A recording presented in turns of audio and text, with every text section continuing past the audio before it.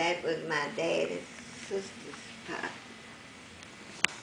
And we have had a mini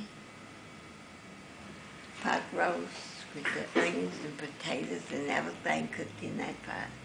That was a pre-pressure cooker type. Exactly. Yes, it was. Yes, it was. And it was handed down to me. And I don't know no better, not even my family, than to give it to Sandra.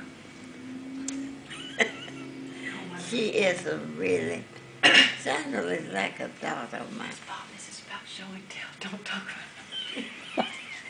I can't help it. Truth be truth. And I give God all the credit. Because coming out of Bremen, from there to here, I know she could have found some other place other than the place she got for me. And what else did you have? Well, another little addition to this, if you don't mind, is that when I ride around to learn the area, I'm very fascinated with old buildings. As Elaine might be able to tell you, that's true. And Susan, I'm fascinated by old buildings, and I always want to fix one up. If there was some way or some means, I would do it. And I passed by this old house on Blue Creek, and getting to know Miss Ball better and better, I realized it's the woman she's speaking of, Stella, who is the sister of. Stella is Fraser's sister. I can't remember the line of them, but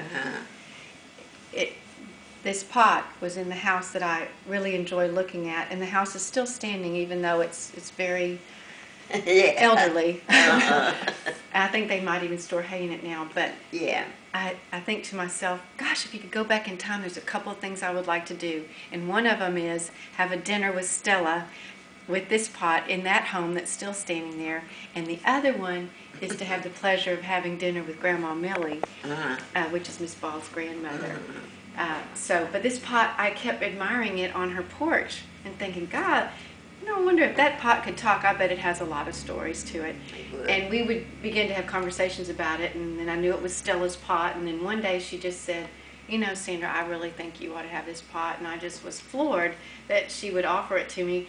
But even though it can't speak, just looking at it, it has a lot of stories that you can imagine just looking at it. And I can just smell sometimes the roast that would be cooking in that. And her aunt Stella would just been a great person that I would meet, and I hope to meet her one day upstairs. So that would be fascinating for me. But anyway, it's just cute, and it's still, in such good shape, and I'll try to do the best I can with it, like I said, as long as it belongs to me. And then inside, this is something that belongs to Miss Ball's. It belonged to her mother. This is my mother's biscuit cutter. Oh my goodness. She could make biscuits that would melt in your mouth.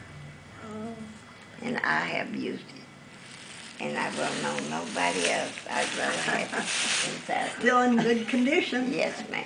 Yeah, I'll even pass it around. It's the cutest little thing. It's got a little wear to it, but you know what? It still works, and I can prove it because I brought the pictures